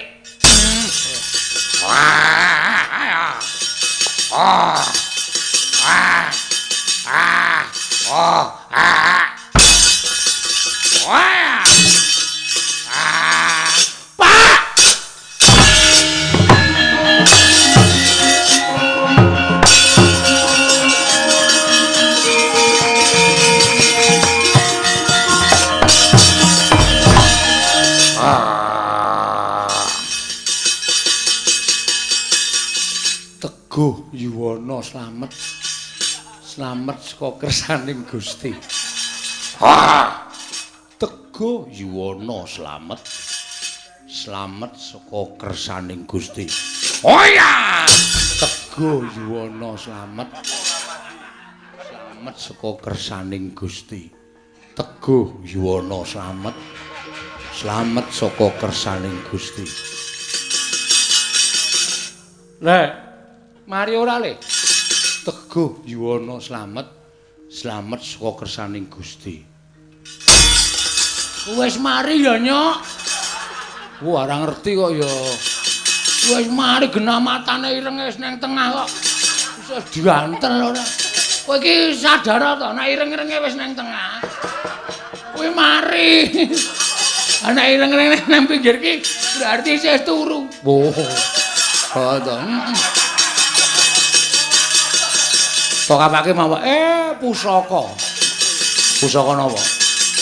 Nek eneng demit, eneng setan sing kuwi balane Betari Durga. Wene ana japa mantraku. Japa mantrane napa, Pak? Teguh Yuwana slamet, slamet saka kersaning Gusti. Teguh Yuwana slamet, slamet saka kersaning Gusti. Ngono kuwi duneke ngono kuwi engko setane mlayu. Teguh Yuwana slamet, slamet saka kersaning Gusti. Wis, gage. Yo Kang yo. Nya dhewe ora temandang ndara-ndara ketemu demit-demit kok malah cilaka engko. Ha ya. Udus. Teguh Yuwana slamet, slamet saka kersaning Gusti. Rasa dingetke rupane Teguh Yuwana slamet, slamet saka kersaning Gusti. Teguh Yuwana slamet, slamet saka kersaning Gusti. Weh, lah Semar iki cangkeme mandi. Edan tenan kok. Demit kok iso kobong awake. Ayo, Gong. Heeh. Santai. Santai. Iya.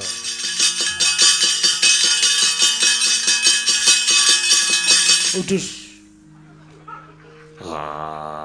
Aduh, aku ora apal lho. Truk. Aku ketemu dong tak kabari ya. Apane? Japa mantrane? Teguh Yuwana slamet, slamet saka kersaning Gusti. Teguh Yuwana slamet, slamet saka kersaning Gusti. Heeh. Jo dingetke. Dingetke ra kuat aku. Medeni tenan. Teguh Yuwana slamet. Slamet nang gone Teguh. Aduh. Teguh Yuwana slamet, slamet saka kersaning Gusti. Teguh Yuwana Teguh. Aduh. Teguh slamet. Waduh. Teguh Yuwana slamet saka kersaning Teguh. Wah. Teguh. Teguh Yuwana slamet, slamet nang gone Yuwana. Ketemu Teguh. Alah Teguh. Truk. Ora apal mikir. Teguh Yuwana slamet, slamet saka kersaning Gusti. Teguh Yuwana slamet, slamet saka kersaning Gusti. Wah.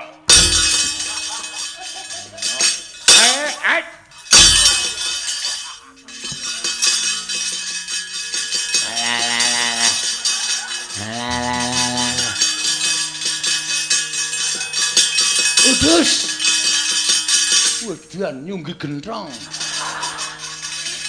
Teguh Yuwana slamet, slamet saka kersaning Gusti. Dapalke, Gong. Teguh Yuwana slamet, slamet saka kersaning. Oh. Ana. Ngembruki ora.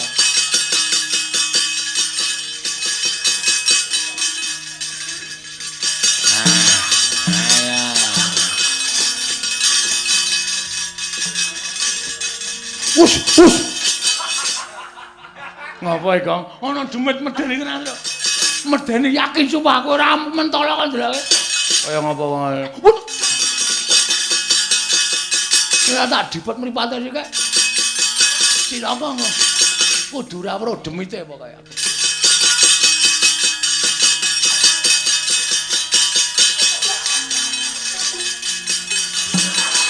Teguh Yuwana samlep.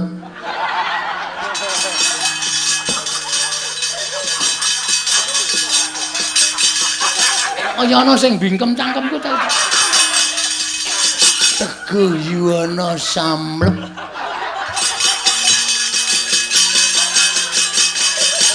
Slamet saka kersaning tegep.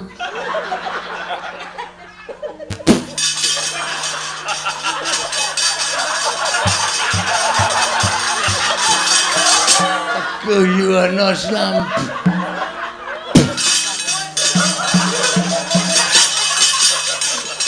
Teguh Yuwana slamet-slamet saka kersaning Gusti. Teguh Yuwana slamet-slamet saka Gusti.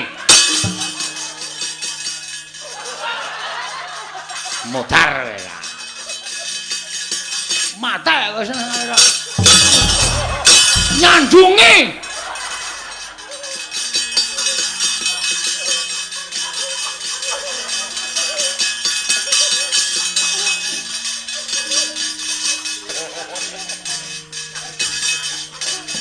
apa Kang? Mbak medani-medani abarane Jurga iki. Anggere kowe iki siap mental weruh apa-apa ora? Oh, iki to. Teguh Yuwana slamet. Slamet saka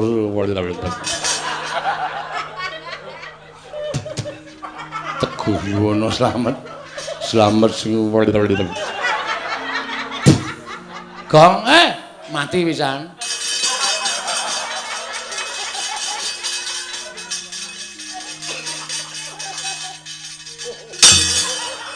Arep tak buang kok ngantel ya, Tru.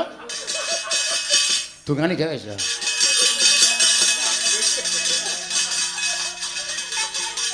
Udus. Napa bayangane gedhe. Kaget aku. Teguh Yuwana slamet saka kersaning Gusti. Teguh Yuwana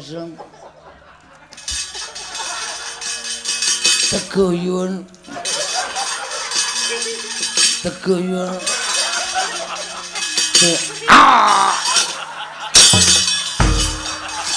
ngrusui wong ngomong cokot sisan madimpla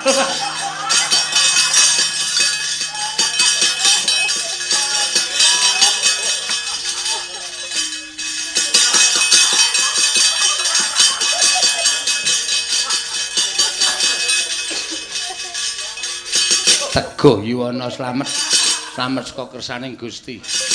Teguh Yuwana slamet saka kersaning Gusti. Kok matok usunge apa ya? Aja.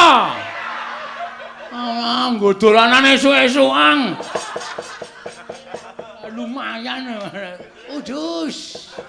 Wedan.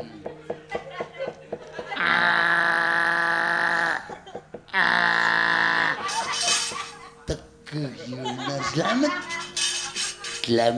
saka kersaning Teguh Yuwana slamet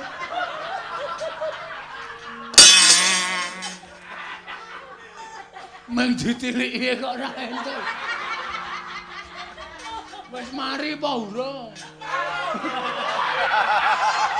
mung ditiliki kok ora Teguh Yuwana slamet tak gawake jeruk barang maneh lek kok ora enak. Teguh Yuwana slamet saka kersaning Gusti. Ngapa, Kang? Medine loro. Apa? Wah, domongi kok. Diantruk asli. Kowe anu medani sing tak buka matur. Wah, wis ngeri kok, kaya gendruwo. Apa? Hagine meng kaya ngono. Wah, kowe ora ngerti kok. Iki sing jenenge brayut ki ngene iki. Kidemit brayut. Ngendi-endi nang anak iki lagi ditinggal. Oh, anake digawa siji. Apa iya? Arep ora wae. Eng. Bagong iki caidan ora. Senengane kok ora. Bagong senengane ra sopan. Aku ora seneng carane kaya ngono iki Bagong ki ora.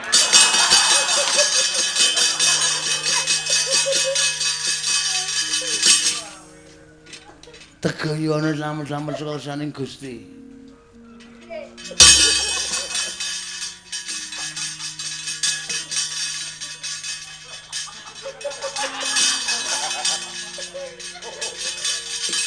Reng arep iso ora? Reng. Tangane reget ta? Ayo diatongke.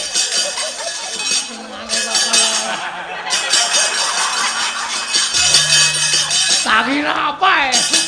Wah, badut Bagong ora.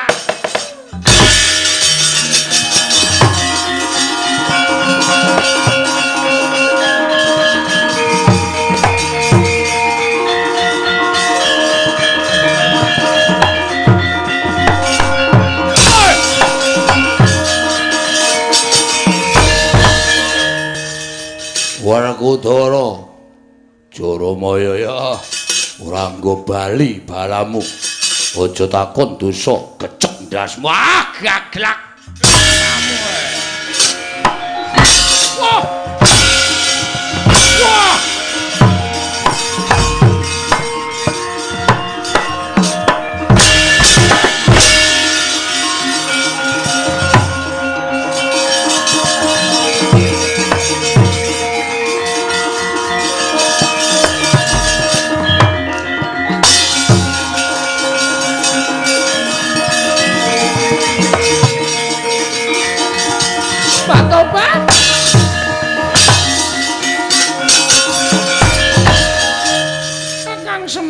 rasa dadak cangcingcung.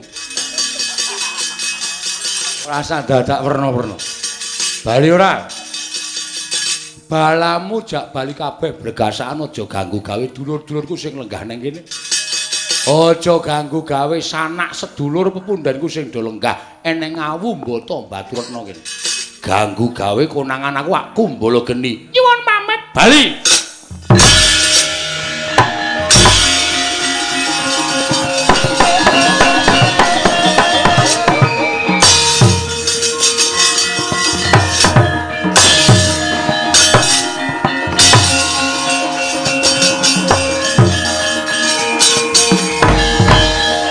Somadangi jagatuk mungu sapucak ing bukir marebak bangsu mirap keneng soroting surya mekolan gunung